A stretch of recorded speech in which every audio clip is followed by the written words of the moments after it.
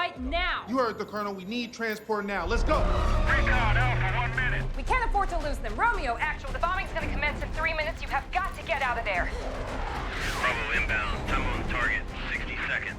Go weapons hot. Designate red smoke. Kill box Alpha. All right, actual, you need to head left at the next intersection. You got white spikes closing in on you from the north and the south. Command, we're going right. Contact acquired. Red smoke visible at 2 o'clock. Form up on me.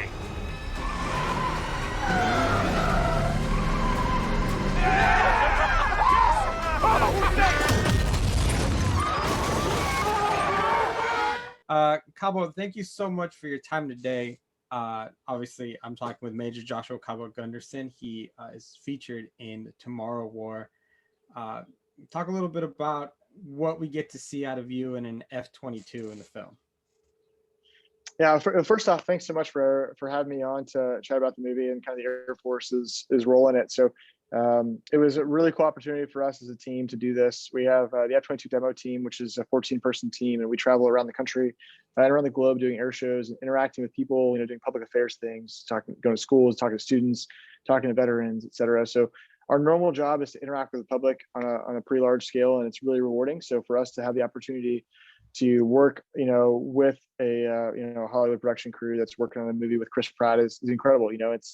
It's cool because it allows our team and the hard work they put in behind the scenes to kind of get showcased on a movie that people are going to see. Millions of people are going to see this movie, and it's really cool that they can have their work showcased in that capacity. I grew up in the Bay Area, so Fleet Week was a big deal for us, especially getting to see like the Blue Angels. Can you explain why it's important to showcase some of these magnificent aircrafts?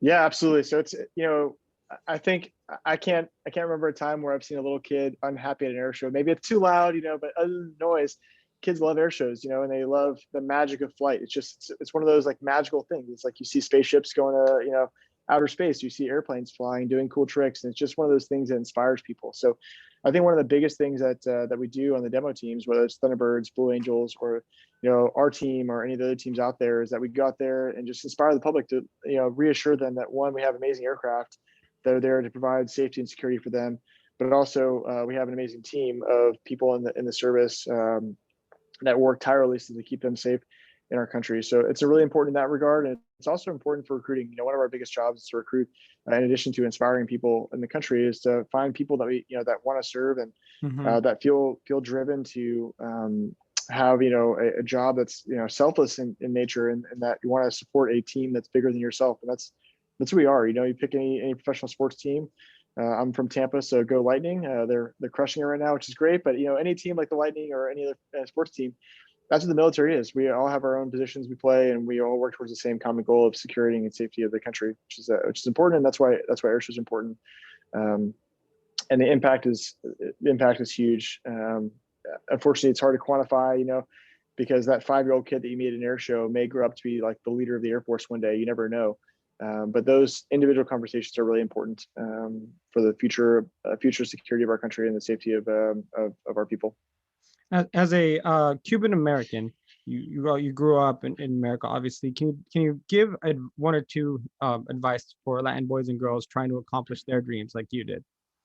Yeah, absolutely. So I was born in America, completely 100% American. My family came from Cuba, and I'm very proud of that heritage. Not only did I grow up speaking Spanish with my family, my mom thought it was very important to be fluent in both languages and be able to speak in both languages, because it opens up a larger audience you can interact with and learn from.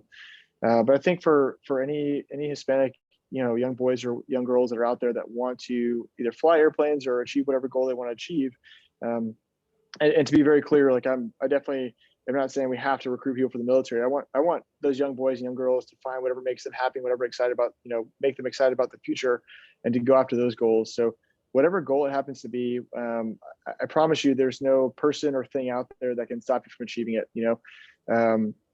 Every time we have failure and adversity in our life, it's just one more opportunity for us to learn and grow as a person. So whether the adversity is, hey, I grew up speaking Spanish and I didn't learn English until I started school, or my family came from another country. My family moved over here from Cuba back in the 60s. So there are a lot of these things that people may perceive as adversities, and I would say that we learning how to take those experiences and make them a positive thing, learning from them, growing from them, and applying those to your future to achieve your goal is really important. And that's one of the biggest things I think that people miss, is that, you know, we kind of look back and say, oh, poor me, I had this happen to me, or this happened to me. And you're like, man, those are opportunities for us to learn and grow.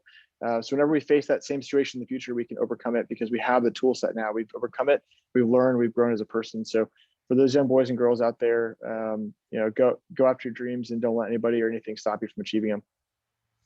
Well, thank you so much for your time, and congratulations on featuring an amazing jet on the film.